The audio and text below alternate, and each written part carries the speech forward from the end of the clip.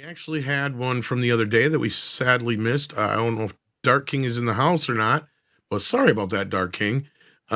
He asks, are the 2016 to 22 Hollywood execs the worst in history? That's a good question. What do you guys think? Culture, let's start with you. Well, I think that they're the least experienced. I think that speaks kind of to the main problem, at least at least at the upper mid levels, not necessarily at the top. At the top, you do have some experience, but I think that that's leading to some very poor decision making.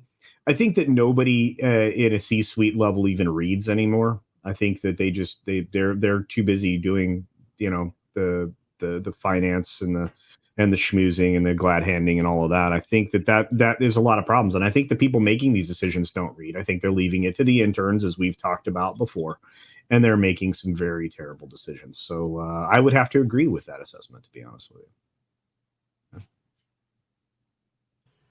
Adam, how about you? Okay, so honestly, the last few years have been pretty significant as far as how bad they've been. And I would chalk it up to simply that, I mean, you have a lot of really disconnected people in a very specific bubble that just kind of, repeat their echo chamber of what people want. And then they follow trends. Hollywood has a tendency to say, like, okay, something worked, and then they take away the wrong lesson from it. Like, I'm sure you guys know very well, Dark Knight's a big hit. So then we have to have 10 years of comic book movies where everything's gloomy and dark. Avatar was a big hit. We have to have post-conversion 3D on every single movie ever made. You're not understanding what made the movie a success. Maybe you understand a fragment of it and then think, oh, no, we can blow that up to just, use on repeat. And that leads to a lot of bad decisions because audiences very clearly get burned out on that kind of thing. And they never, ever seem to anticipate that part. Whereas you hire like any one of us and we could tell them like, hey, maybe don't do that.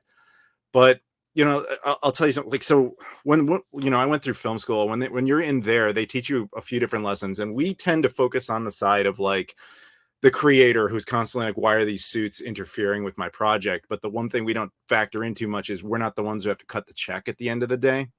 And for them, it's the easiest thing you can do is say no or go with what they consider a bankable hit. So while I don't agree with them, I agree that the guys we have are incompetent. I like to try and at least sort of see where they're coming from, even if I don't agree with it. Yeah, that's one interesting way of looking at it. As far as like, there's probably been worse people in the history as far as things they've done to other people. Oh yeah, wise and all that kind of stuff in Hollywood. Because right now in the Me Too movement, I got to imagine most of them are watching their ass pretty hardcore.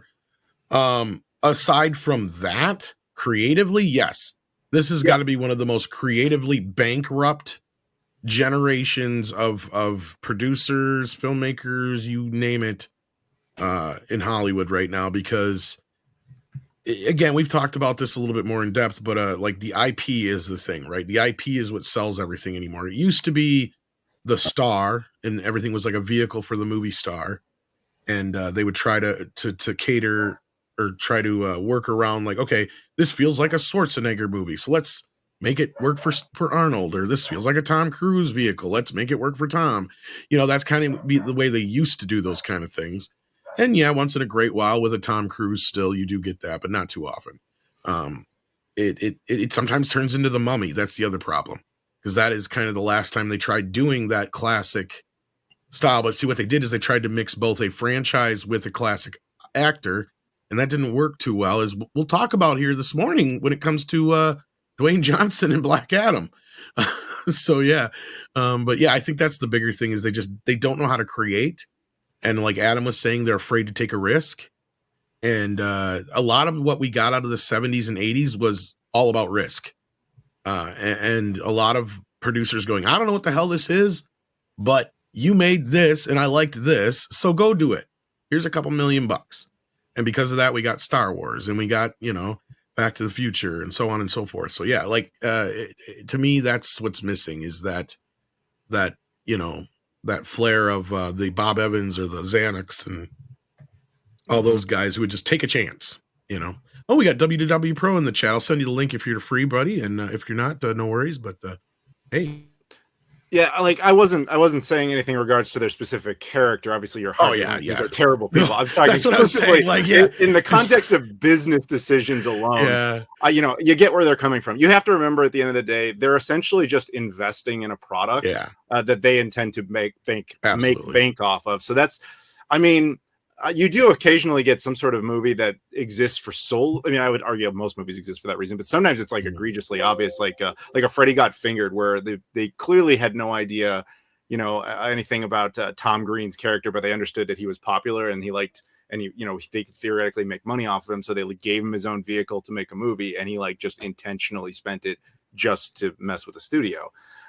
So you do, you know, yes, I would argue that at least now we are largely running out of creativity, but I don't know what the solution to that is. If there is one, if we're going into that. Stone Racket seems to have one. We need more cats in movies. I think that will work. Oh, that would work. It worked for YouTube. Yeah, I was gonna say, you don't remember the early days of YouTube? Nothing but cat videos. You got anybody looked over at Rumble? That's all it is. I would say one of the best things coming this summer, Cat Video, the movie. One of the best things about Lethal Weapon Part 3 was them rescuing the cat in the beginning of the movie. So maybe there is something to it. And people love animals, yeah. There's absolutely something to this. I agree that creatively, this is the worst generation since forever, really. You have had periods before where there was a ton of remakes and there were a ton of adaptations of theater plays and stuff like that, but that was like really early days. I submit that there came out more classic movies during each and every single year of the 80s than came out collectively during the entire 2010s. Yes. To include Marvel from the list. Can I throw out a theory on why that might have happened? Go for it.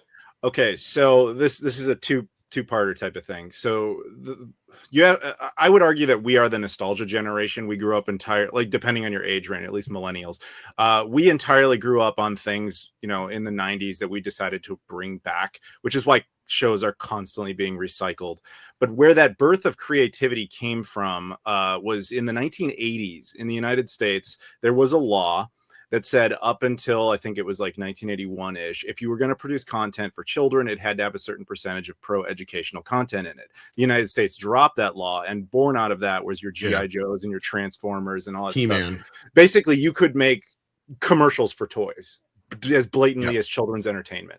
And in doing so, you essentially inspired a whole bunch of kids, not only to buy the toys, where that all kind of came from, but also that this is, you know, that was such an overload of children's entertainment as opposed to like School of Rock and, you know, the stuff that was made for kids that was educational, you know, Sesame Street, etc.